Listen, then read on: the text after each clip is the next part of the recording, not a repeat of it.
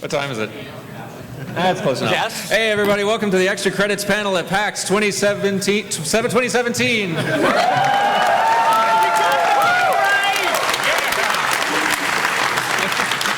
Thank you all so very much for coming and for managing to find it despite, like, as I understand it, I think the programs have us in a different theater at a different time. So you all here are an elite group. You have solved my scheduling puzzle. All right. So we have a few things that we're going to do here tonight, mostly Q&A as we usually do, so have a few questions prepared. Before we do that, I suppose we should just introduce ourselves really quick so you can all know who is here. I am Dan. I am one of the co-creators of Extra Credits and also the voice sounding a little bit lower pitched than usual. I hope that's okay. And, you know, let's just go down the table here and introduce ourselves. All right. Hey, everybody. I am James. Thank you. I once was a video game designer, but now, thanks to all of you, everyone knows me as a bean person on the internet. So, yeah. Hello, I am Scott.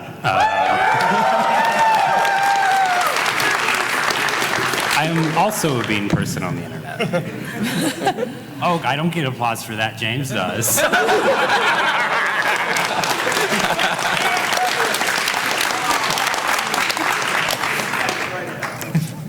Hello, I'm Soraya. I am the shadowy puppet master.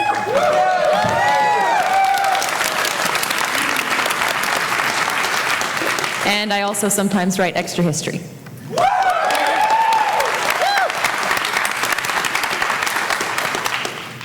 Hi there, I'm Carrie. I do audio and video edit work for Extra Credits in History.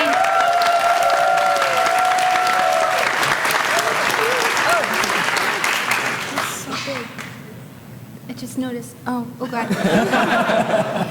Hi, I'm Lil. I'm one of the artists for Extra History with my cohort David Hoysa, who couldn't be here right now, and he says hi.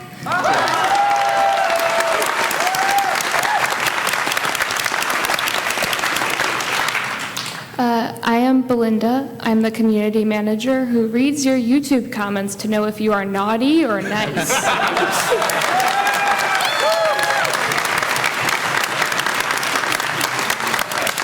Take it away. And can we get a quick round of applause for the folks in blue who make this all happen?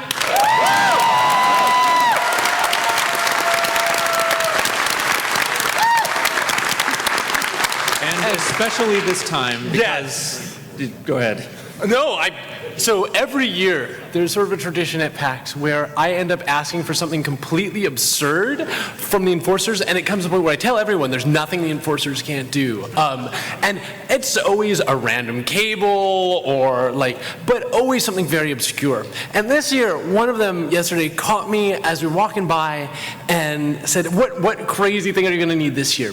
So I jokingly said I would need a man's hat filled with perfume with plum floating in it.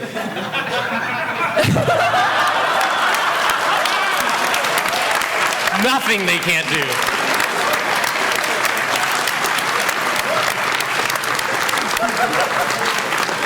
It comes with a note. Oh, are we going to read this? The note says, for James Portnow, compliments of Wyvern Theater. A single plum floating in perfume served in a man's hat.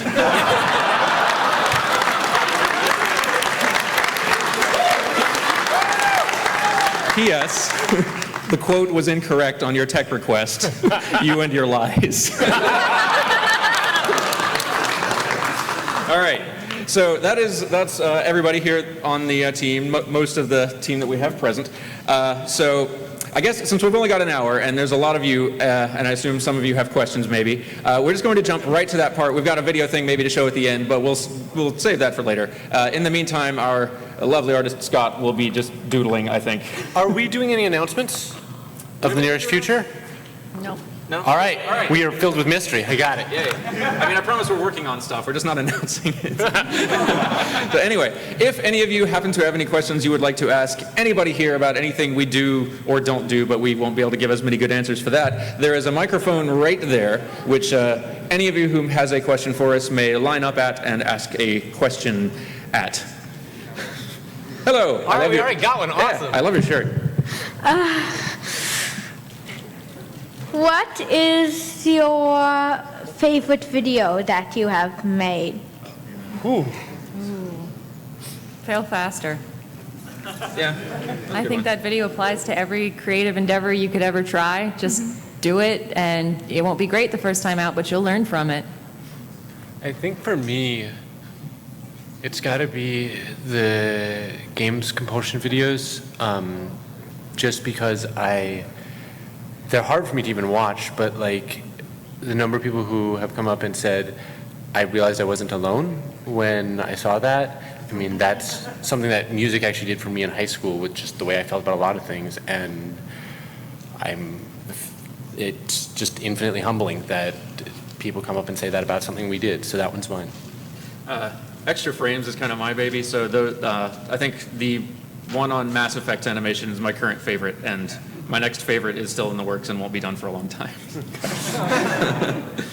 But it's good though. I'm a big fan of which one was it recently? Not the accessibility one. I think it was the one or two before that. Dang. I'm surprised it wasn't the video shown only here. I mean, that's usually, I've been asked that before, and that's usually what I go with. But the one I did recently, everyone really liked, with all the little herring. animations in it. Yes. Red herring. Yeah, the red herring episode. Thank you. That was a good one.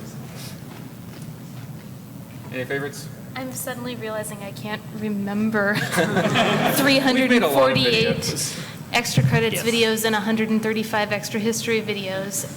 You remember that number, though? Yeah, that's how we track them. You do. Yeah. I know that I absolutely loved a couple of specific moments in our accessibility video, and I'm going to mention it because we have the writer here. Say hi, Sarah.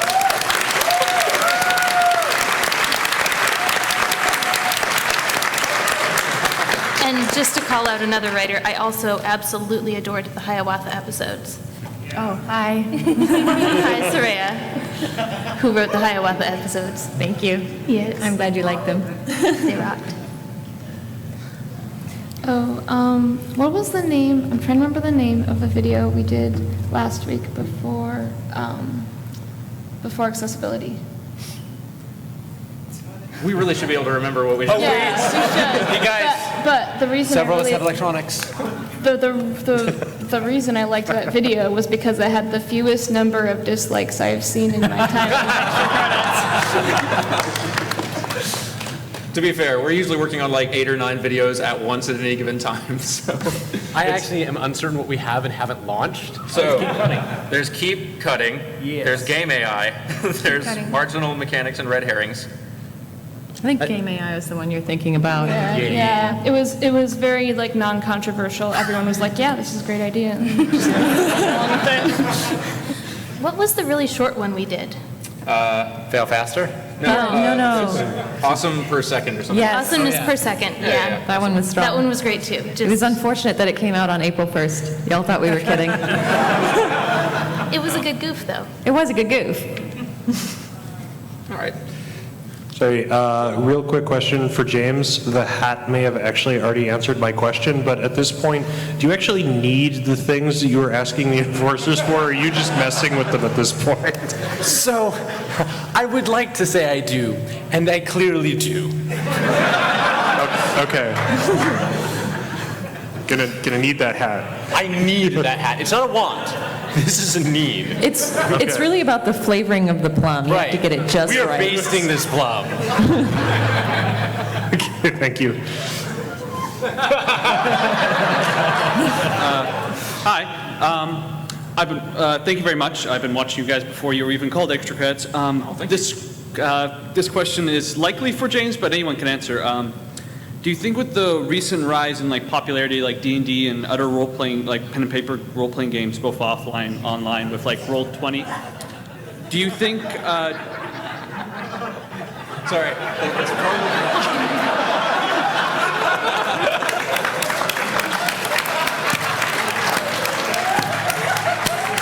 Anyway, please continue.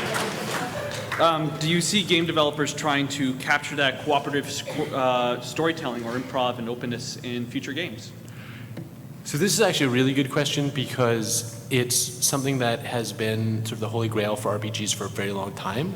We've all talked about wanting to be able to do it. The problem is the flexibility of the tools, because, right, your imagination's the limit when you're sitting down for a D&D game.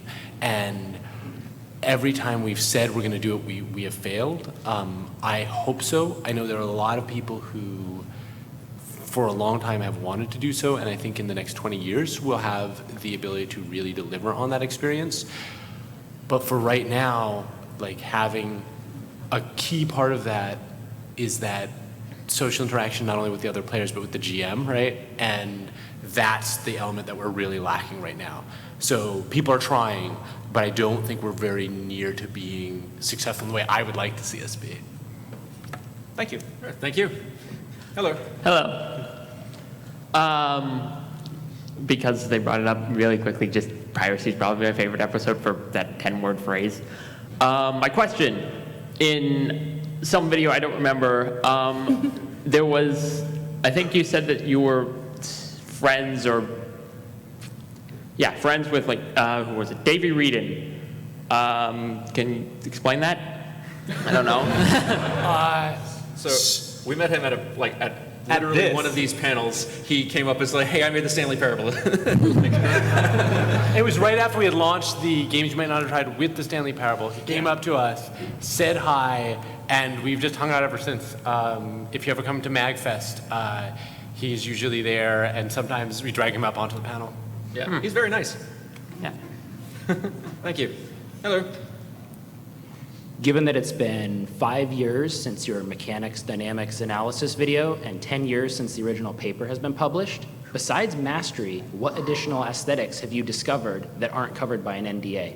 I need to actually, because every year someone asks this, and it's a great question, and I have a bunch that I have written at home, and then every time everybody asks this, I blank. Episode time. Yeah, I should actually do an updated, you're right. But you probably have actually just inspired an episode, because I should do an updated MDA++, right? Awesome, yes, actually I will do that.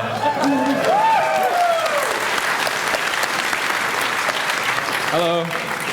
First off, I'd like to say thank you, James, for being here on time today. This year.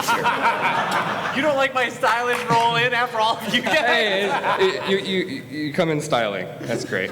I have a question that's mostly targeted towards you, probably because of your experience at DigiPen.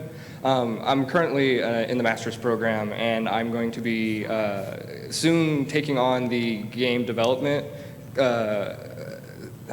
semester thing. What should I look for in my first time constructing a team? I know it's a complex question, but. So, so there's a couple things. First, raw skill is not as important as ability to work together. Sometimes you just look for, you're like, oh, this person's an amazing artist and this person's an amazing coder, but if they can't work as a team, so that would be number one. Number two, for anybody who's starting a project in game development, it's very easy to let the first third of that project just sort of slip by as it doesn't feel real because there aren't deadlines. Make sure you don't let that happen, or at the end of the semester you will be crunching a great deal. Otherwise, I mean, just communication, all the things you said, right? Like prototype early, fail faster, communicate and fire early if you have to, right? And don't worry about it being a masterpiece, especially if this is your first time with a team.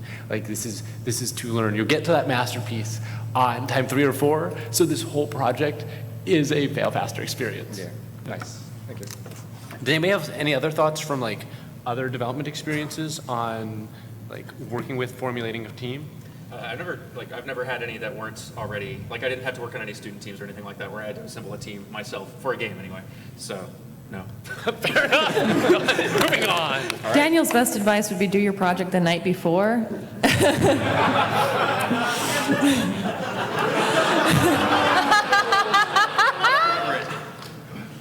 And then found a company from it. That seems like a good plan, yeah. Yeah, it worked out. Sometimes it works.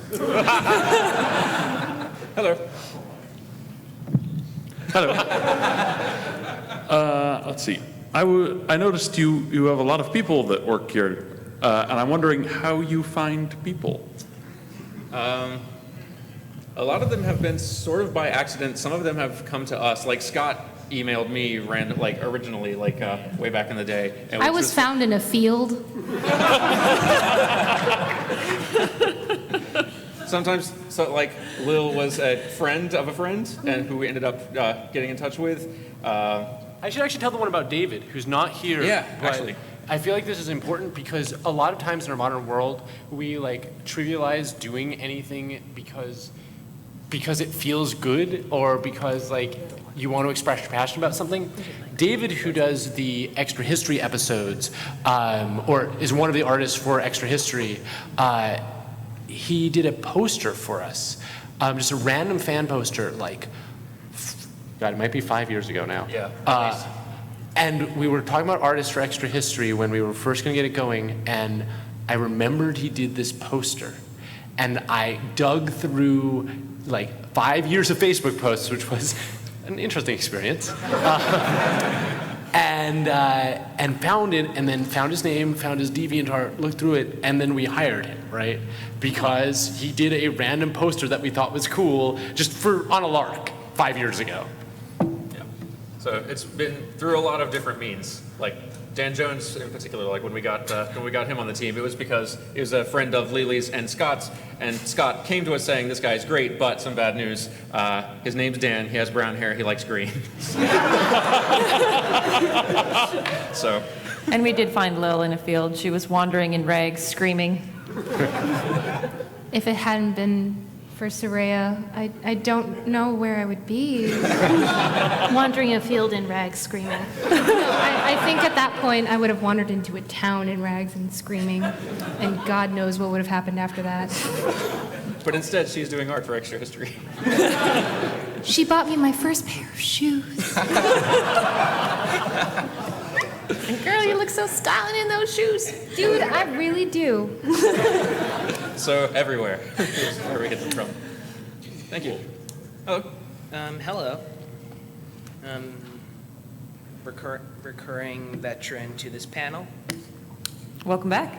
Okay, so I have a question I'd like to ask specifically Dan. I'd like to know, are you going to make that? Are you going to make that Dan recommends thing that you did back in around Christmas a yearly thing? Maybe so.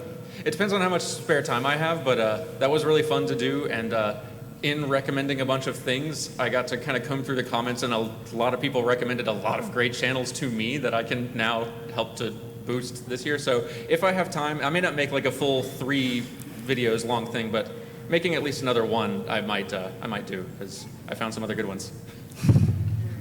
And trying to think of it if I have another question. I'm going to actually ask you to go to the back if you have another question, because we have limited time, so I want to keep it to one question per person. Thank you. Oh, there. Hey, I've been spending 10 minutes trying to get this as concise as possible, but it's a little complicated. So, and I believe it was in the past year you did I think it was a 2-parter on economies in MMOs and similar games and how hyperinflation tends to be a problem. Yeah. And one thing, as I was watching that episode, there was one solution that I don't think you mentioned, and it's basically using, instead of fiat money, which is money that has value because we say it does, is commodity money, so money that is inherently useful. The only game I know of off of the top of my head that has done this is Path of Exile, but I haven't played enough of that to know how it actually works at high-level player economy. Have you tried Path of Exile? I have, but I have not dove that deeply into it. Okay, I haven't either. So. But just to say, it's a really interesting idea, and for all these episodes, right, we are by no means definitively right, and in fact, this is exactly what I hope all the episodes will do, which is inspire you guys to think further than I do. And then that way I can retire and play your games, and they will be better than anything I ever did. So yeah, I was just curious, any thoughts on that concept? We might need to drop us a little bit. There we go. Oh, it's you. I don't know. I'm just going to blame you because that way I don't have to. Yeah. Oh, wait. Oh, I think I'm okay. All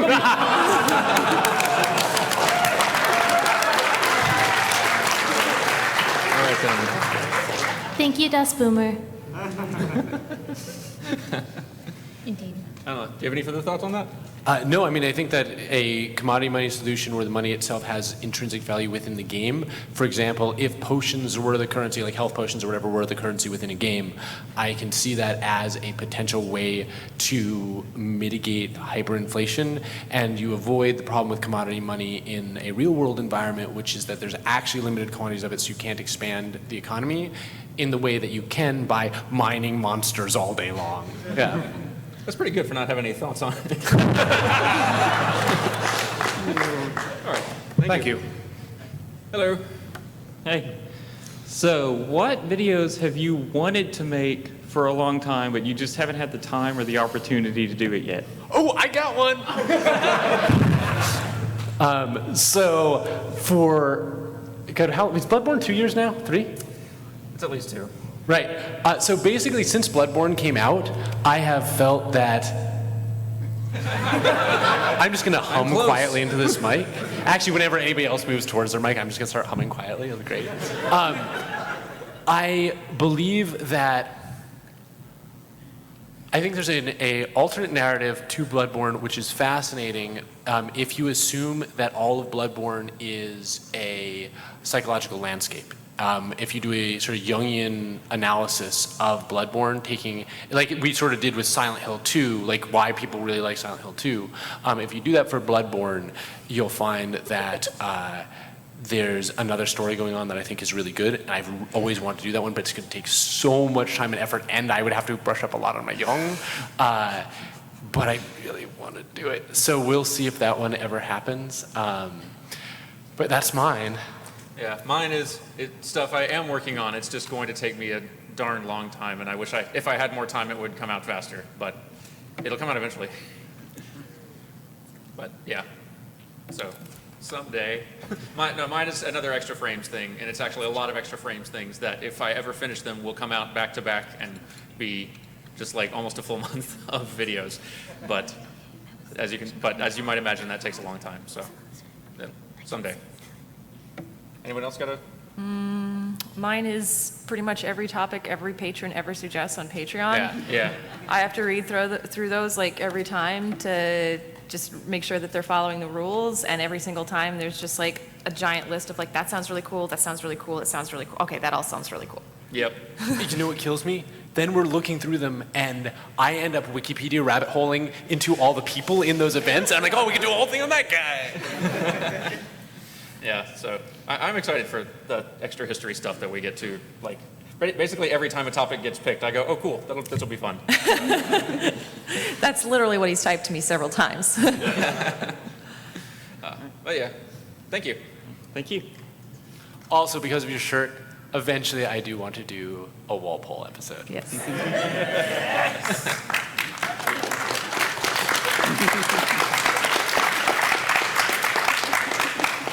Hello. So on all of your shows, what are your favorite little recurring characters? We've already been seeing Scott animate the Hex Snakes. The Hex Snake is my favorite character by far. And Thorfta. Oh, there we are.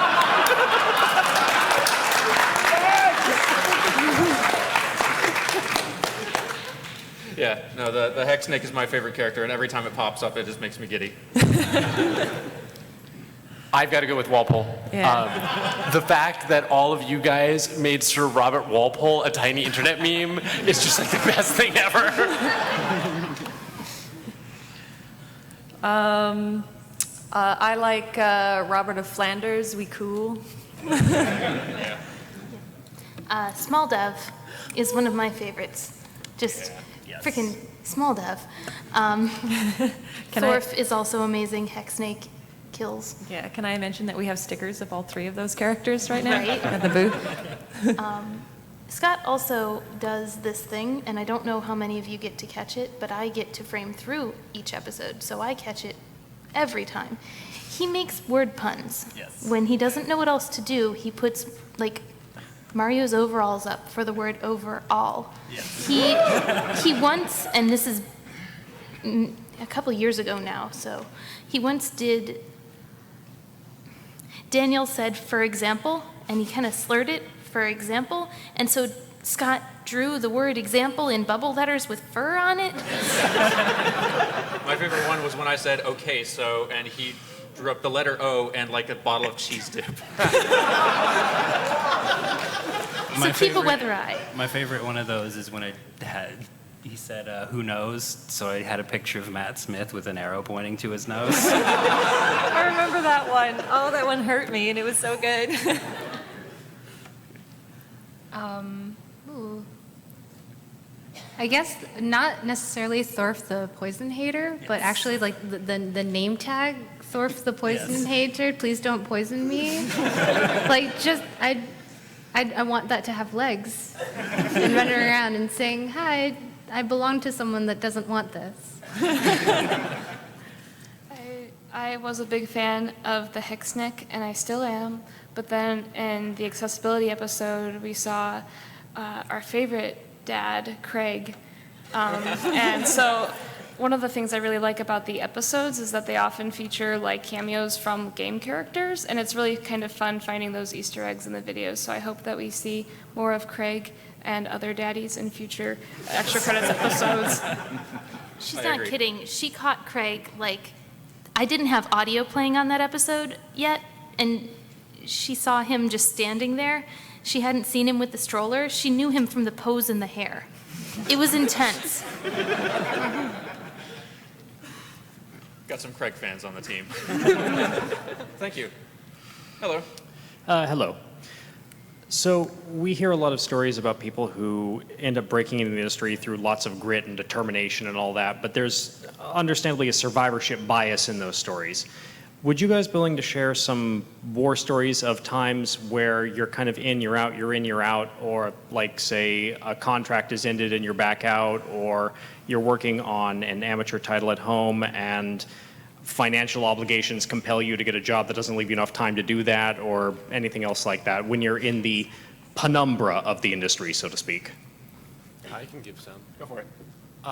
So for me personally, one, literally, we joke about it. It's not that funny, but anybody entering the industry, like anybody who's been around for a while, will tell you, just be prepared to be unemployed about 5 or 10 times before you retire out of this. But for me, after I left Activision, I started a sort of strategy MMO company. It was really weird because at the same time, like Riot and all that was starting, and then the economy tanked, and our investors basically needed their money back, and so moved to sell the thing, and it was okay, but I didn't see anything from it, and at the same time, my family was suffered a lot when the economy crashed, and basically whatever I had left was going to my folks because they're old, and I remember just having moving back into not even a studio apartment, a really tiny studio apartment with just like nothing, and I started my consulting firm because I wanted to see more games per year, and I wanted to be able to answer more of these questions, and because I never wanted to do a job in which my main task would be answering email again. And so I was like, I'm going to determine to do this, but I think I made like $9,000 the first year to live on, and now it does fine. Right now, I actually want more time to be doing extra credits and less time doing like some of the design consulting stuff. But I I had to do some real sort of like soul searching and questioning of whether or not this is worth it, or whether or not I should just go back and like start sending out resumes and trying to get something back in one of the like big corporate shops. And not that there's anything wrong with those. They turn out amazing games that I play all the time, but it wasn't my thing. So that was me. When the economy turned south, like there wasn't a lot for me to fall back on after this industry, and it sucks and it's tough. And like, if I had had any other responsibilities, like if it had been more than just my folks, like if I had had kids or whatever, I don't know if I could have done it. So it's tough. I can't follow that. Let me tell you about the day before yesterday. Oh dear. How dark do we want to get here, guys? mean, I'm asking because I mean, darkness. if you can top that, go ahead. I mean, we're talking like how dark the water is in that plum hat. I feel like we're at that point? Yeah, if you're willing to share, then I feel like we'll be open, right? Like that's kind of what we try to do. Hi. It's not fun. It sucks. And it is one of those things that makes you question your existence at 3 a.m. in the morning. And it makes it really difficult to wake up the next day to figure out what is this all for. And it feels pointless because when you have that one thing that you focus on that you really love and that you want to keep doing it, but you can't because you can't survive on it, that's where my tension came from anyway. Like, if I'm being perfectly honest right now, I'm working 3 jobs, including this one, and sometimes it is really good and sometimes it's really not. And it helps when you have a really great support network of people who can help you through that and to be able to encourage you to keep going and to let you know that it's all going to be okay. And during the times when you're constantly questioning whether or not what you're doing is pointless or not, tell that part of your brain to shut up because it's not pointless. And it's remembering to do that that is the most difficult part of it, in my opinion. And how much darker do we want to go? I'm about 10 feet. Do we want to go? It's up to you. But it's, for me anyway, as a freelancer and as an artist for extra history and as a production assistant in an office space, sometimes balancing the time, that's the hardest part, is feeling as though you are paying due attention to everything that you need to, and keeping specific goals in mind. And sometimes it's as simple as having that very generic cliche indie movie posted on your mirror to look at every morning, to remind yourself why you're doing it. In terms of a specific war story, there was a point when I was living in LA and I had a mobile app development job, and it was also freelance. It was on call. Like, I literally got a call from them the day before, can you come in today for so many hours of work, and maybe not even that. And for months, they had told me, hey, we're thinking about bringing you on full time. It's just taking a little longer. It's taking a little longer. It's taking a little longer. And I'm starving. It's taking a little longer. This sucks. And I decided that a large change in my life was necessary and ended up moving up here. Literally on the car drive up here, I get a call that says, hey, can you come in tomorrow? Oh, I'm sorry, actually, I'm moving to Seattle. I'm more than happy to do remote work for you, though. Oh, darn, I'm sorry. We were hoping to talk to you about full-time, even though you've been emailing us about it for months, and now we decide to bring it up. And it's those moments that incur such a seed of bitterness in you, and it's really difficult to uproot. And I can't say that I wouldn't have gotten it out of me if it weren't for these people. Thank you very much for opening up.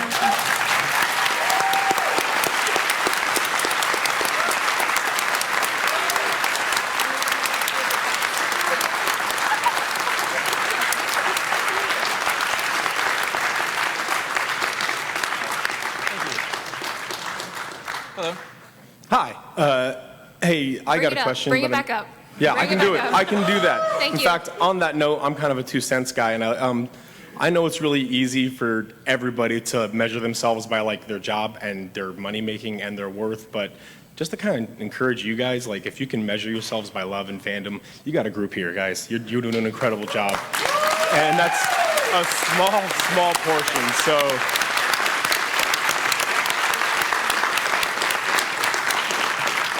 Please never, ever, ever feel like you're not doing well enough. Honestly you. and truly, That's very please don't. sweet. Thank you. Hey, but on the note of being overburdened and overwhelmed, on that note, hey, so to bring it up a bit, Such a roller coaster decide. I know. I'm a husband. I got a full-time job. I got 3 kids. I love my job. I love my kids. I love my wife. Everything's incredible. But I also am a partner with a guy doing a daily posting YouTube channel, a small YouTube channel. Anyway, just saying. But how do you guys manage? I know that Extra Credits is honestly kind of a side project for you guys with all of your full-time jobs and everything else that's going on. How do you balance that? How do you manage to do all of these things at once, 3 jobs or Extra Credits and Extra Play, whatever else you got? How do you balance that? Who feels like they do balance? Yeah. Well, thanks. I wish I had an answer for you. I mean, I actually Like, balance is subjective, right? Yeah, for real, though. Okay. Yes. No, I work I work my day job and then I go home and then I work in Extra Credits and then maybe I'll watch a show or play a game for an hour and then I go to bed for the most part. Eventually I hope to achieve balance. That's my long-term goal. Yeah. But in the short term, I'm just trying to keep a job and the channel going and growing and all that. Short answer, when you figure it out, let us know. Yeah. Yeah. In the short term, complaining helps. I like talking to my dogs. They're always willing to listen to me about how bad it is. So I sort of actually think I do have an answer, which is that I'm doing what I would do in my spare time anyway. So yeah, it's 18 hours a day, and yeah, it's 2 different jobs at least, but all of it's stuff that, like you said, I love it, therefore, I'm just doing what I would do. And I don't know what I would do if I didn't go home and write scripts at 3 a.m., right? And so balance really is subjective. But for me, that's I guess, what keeps me going. I don't know if, I think I wouldn't feel if I had a 9 to 5 that I felt was much less satisfying, I don't know if I'd feel as in balance as trying to do this desperately. That's actually a good answer. I probably could have more free time if I wanted to, but I do, there are plenty of little projects I take on for the channel that I choose to do instead of take advantage of that free time. So actually, that's probably true. That's very true. Yeah, so you can... You don't know how many times he comes to me and he's like, I have a new idea. I want to play all the games in something, anything, Sonic, Final Fantasy, something. I don't know. Yeah. He comes up with these ideas and it means he's got a forever long list of things he wants to do eventually. Yeah, it is self-inflicted. Oh, for real. If my wife was here, she'd tell you the same thing. So yeah, for real. Yeah. No, but how long has your channel been going? Just over a year now. It congrats. literally just. Thank you very much. That's Yeah. We have 130 subscribers, so please, we're on your tail. We're on our way, But No, send me a link to one of them sometime. I will. Yeah, Thank it you sounds very great or much. something. I'd love to see it. Absolutely. Thank you. Oh, Thank you all very much. Hey, it's nice to meet you. Hi. One thing I wanted to briefly add about the balancing time thing and whatnot, for me, it's not just balancing time between working on different projects, it's also balancing time for mental health, and especially if you are any kind of content creator, that's especially important because as a content creator, whether that's a YouTube channel or being a writer or, whatever, running a website, you are socially interacting with people online, whether directly or indirectly, and that can take as much of a toll on you as if you were going out and socializing with people at a normal day office job. And so I would encourage everyone, if you are a content creator or just trying to fit more projects into your life, to remember to take some time for your mental health and for your physical health, like taking time to cook and eat meals properly and sleep and play a game. Don't just dwell on the negativity of the day. So that's all I wanted to add.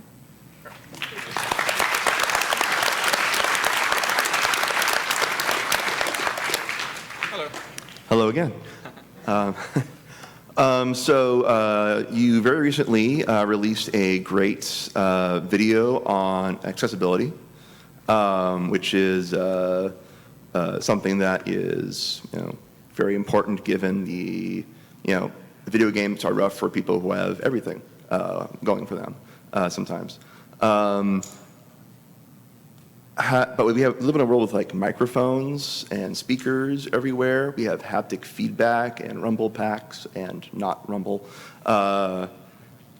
All these different ways to interface with things. And in many cases, the games we play don't actually need the visual element.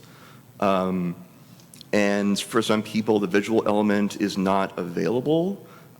Or sometimes even the audio element is not available or is only semi-available. Even for fully able people, playing Pokemon Go on the streets is dangerous because you're looking down the entire time at something which is basically just a Google map with dots on it. Have you looked into or are you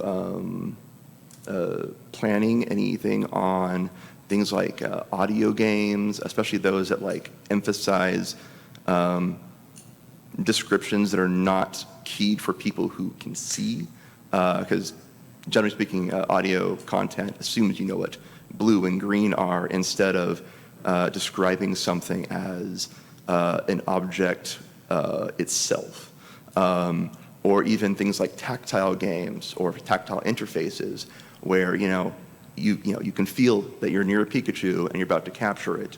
And if you at least have some way of knowing what's going on, you can play. What do you think? So there are a number of audio games that I've played through that I think are something that I would like to talk about, but since I haven't actually worked on one myself, if anybody has worked on one, feel free to come up to me after this because They won't be able to. We have to run. Oh. Send an email to contact@extra-credits.net. Yes. Will do. There you go. But yes, I think that it's a really interesting field, and I think that there are lots of design opportunities because it's so unexplored, but I haven't worked on one myself. Thank you. Thank you. Hello. Hi. Happy PAX. Happy PAX. If this is a short enough question, if it happens to be, I have a second one for extra history. But I have a programmer friend, and he's wondering what's the best use of neural networks you've seen in a game having to do with AI. That's also one. Tell him to write us because I want more time to think about that one. Got it. All right, second question then. Okay, so for extra history, do you have any plans or ideas to cover the revolution, rise, and/or fall of Soviet Russia? So,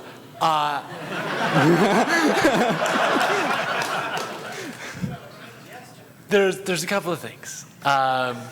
First, it's right on the cusp of sort of our cutoff point, right? Because one of the things for those of you guys who don't know we talk about is I feel like 100 years, it takes about 100 years to get historical perspective on something.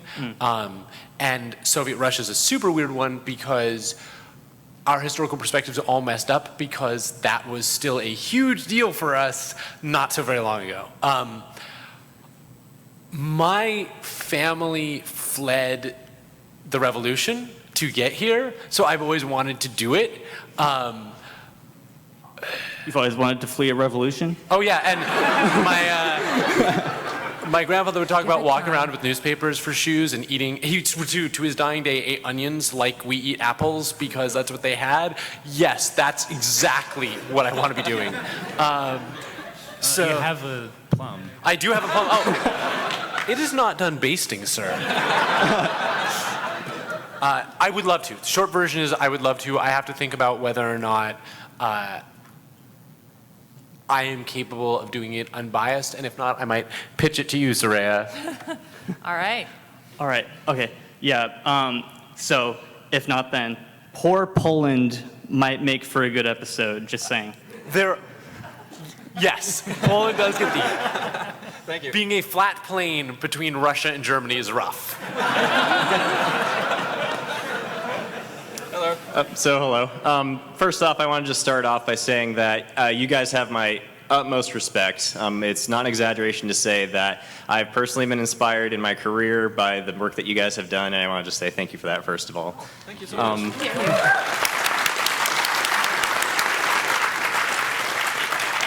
And so for the question, about 2 years ago, the world suffered a tremendous loss with the last airing of James Recommends.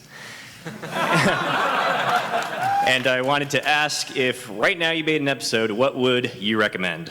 So, I will definitely give you that. This will probably give away some of the games you might not have tried. But I just want to clear something up. Remember I was talking about that one-room, really small apartment I had? The reason that every James Recommends is from a super weird camera angle is because I didn't have enough room in my apartment to leave the camera set up. So I would always have to like try and get it in like between books and other things. Half the time I was like holding it between my knees or something to try and make it work. It's actually something, if we ever got a recording space, I would love to do again. But I will give you a short list. Hellblade. Hellblade, I think, is super underselling. If any of you guys get a chance to play Prey for AAA stuff, I think Prey is really interesting. Episode coming on that one soon. Yeah. And so if you want to get like ahead on those, I recently played Observer, which for the setting alone is worth checking out. Dark Wood, is that what it's called? The top-down horror crafting game. First thing I've ever seen to make top-down horror work. What else is on my list? Oh man. I shouldn't give away any more, you're right. You just sent me 2 very beefy games you might not have tried scripts. I did. So I just sent in, 16 or 17, so you have a lot coming up. Yeah. And can I give away at least one of the themes of one of them? Yeah. All right. So in October, finally, because I've wanted to do this every year, we are doing a horror games you might not have tried. Finally.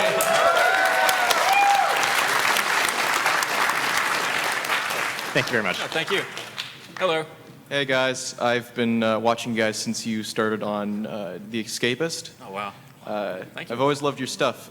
So, first off, actually, speaking of the guy who went before him, a really great resource for like kind of more neutral understanding of like Russian history is a book called Barbarossa by Alan Clark.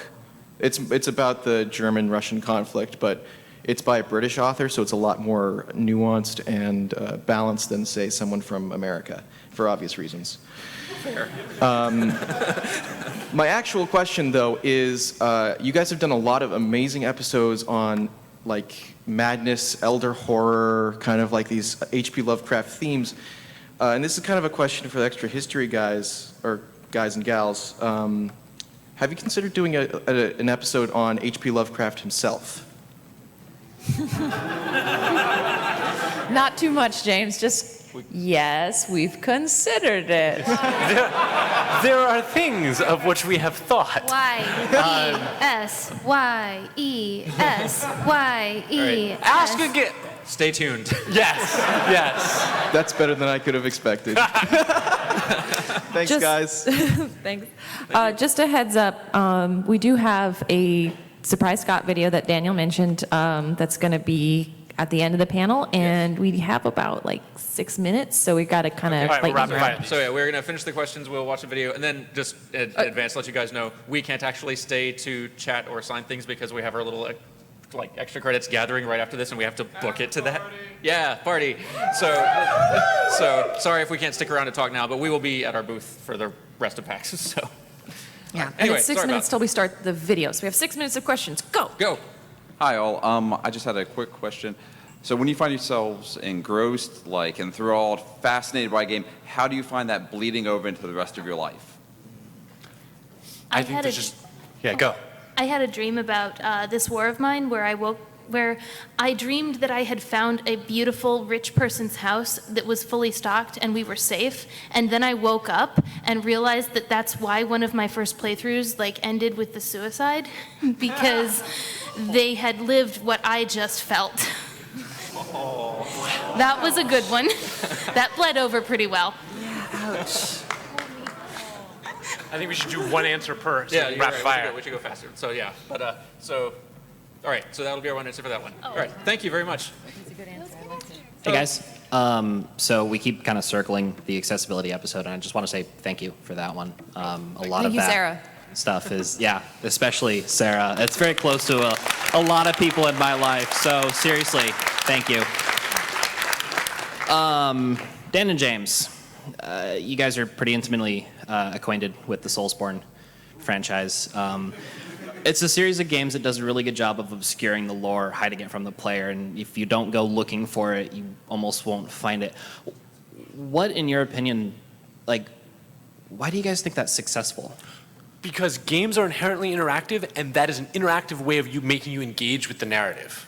Yeah, like a big part of that game is just like collective, the archaeology we have all been doing, trying to uncover what's actually what's actually hidden in that game. And it's one of the few games where every little detail in that world, not every single little detail leads to some clue, but a lot of them actually do. And a lot of them aren't just completely random, thoughtless stuff strewn about the world. And that's it. Because we've all developed that trust that those details are there, we are willing to seek them out, and we are often rewarded for it. So yeah, I would love to see more studios trying to get that in depth, doing that kind of thing, because I think Dark Souls and the Bloodborne and the Soulsborne series has proven that it is really engaging for a lot of people. There's actually probably an episode we should do about at least the basic level of that. Yeah, we should actually. I'm going to second that. Cool. All right, thank you. Thanks, guys. All right, next. Hello. All right, hello. All right, don't have a lot of time to do this. So, long-time viewer since before The Escapist, really, and also you guys are also a huge inspiration. Like, I'm a teacher, and I love your educational episodes. Still waiting for that voice actor episode, assuming that ever comes. but yeah, on that note... It's vaporware. Yes, on that note, okay, so maybe this is too specific of a question, but I'm curious about indie game voice acting. Obviously, Kickstarter projects are very visible, but for indie projects, would you happen to know how they search for VO talent if they want it? And if you happen to be a voiceover actor like myself, how would you advise that I search for them? So I know there's a bunch of sites out there where you can post basically, they look almost like dating sites, but you can post a profile and then clips of your voice and a lot of these things. The sad thing is almost all of them, and I don't know about all the indies, but almost all these sites will have things like you will list what voice actor you sound like, but are much cheaper to hire than.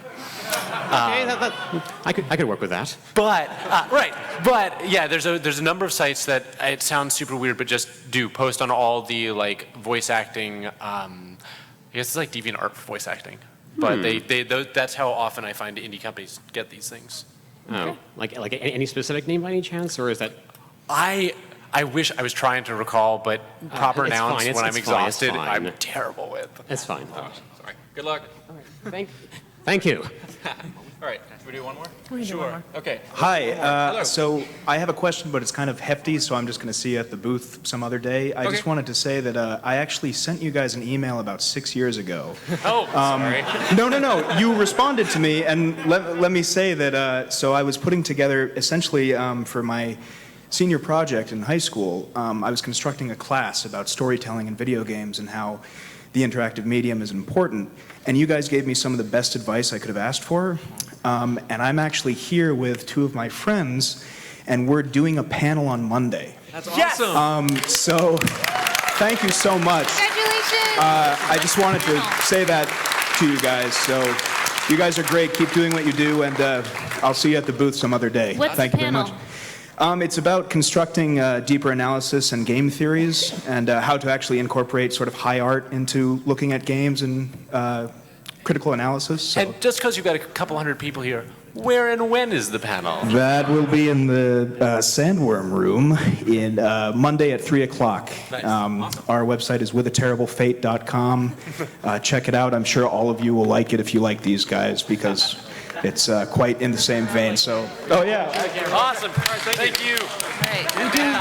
Now we do have to do the videos. All right, should we do? Okay. We'll make it worth your time, though. It's amazing. Okay. I haven't seen it yet. I just know. That is the end of our Q&A portion, but we do. Sorry.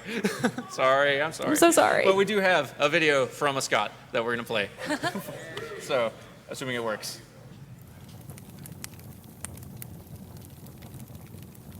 Oh, hello. I didn't see you there. I'm Scott, as seen on Time and DeWitt, your favorite Extra Credits member, and I want to welcome you once again to the PAX Extra Credits panel.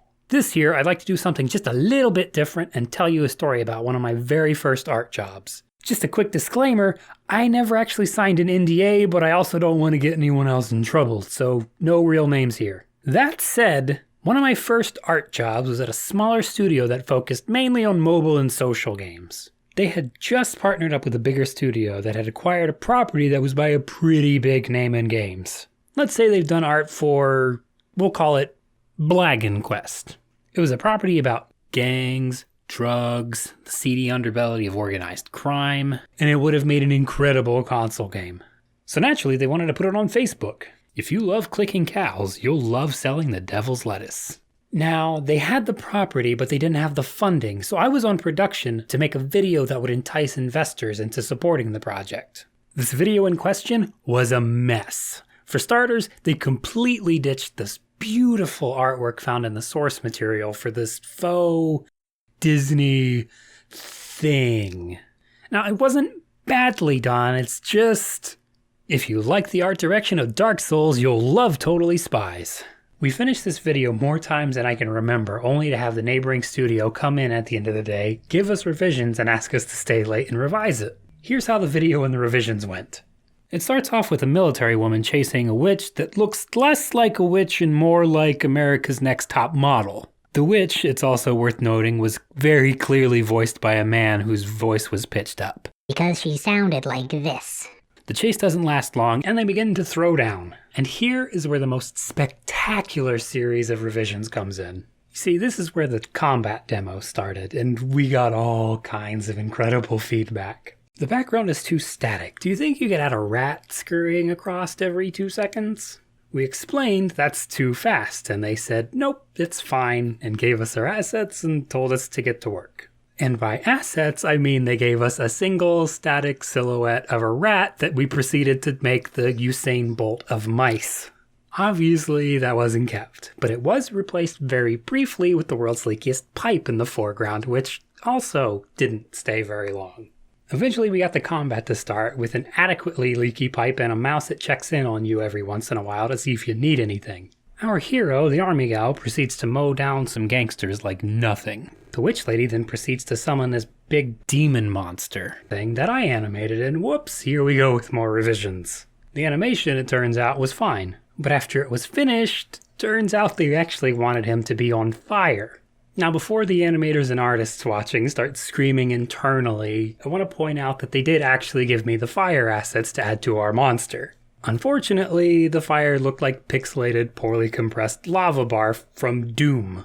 It also didn't fit over the monster or animate properly. This is not a joke, this is what it actually looked like. Guess who had to redo it all from scratch? So the demo moves along and the army girl opens fire on the demon who is now himself on fire.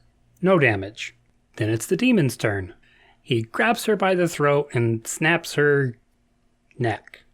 He grabs her by the...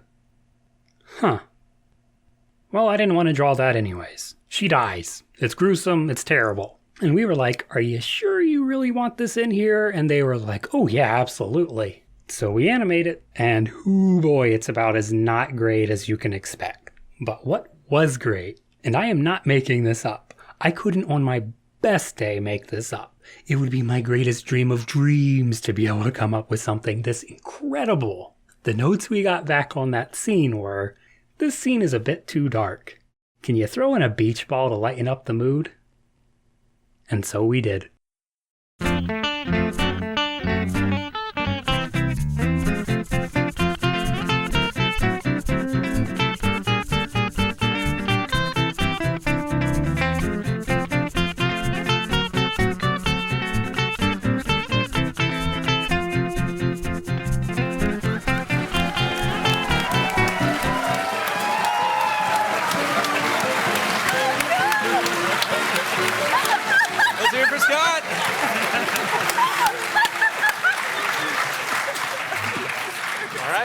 That is about all the time we have. Thank you all so much for coming to our panel, and have a wonderful evening.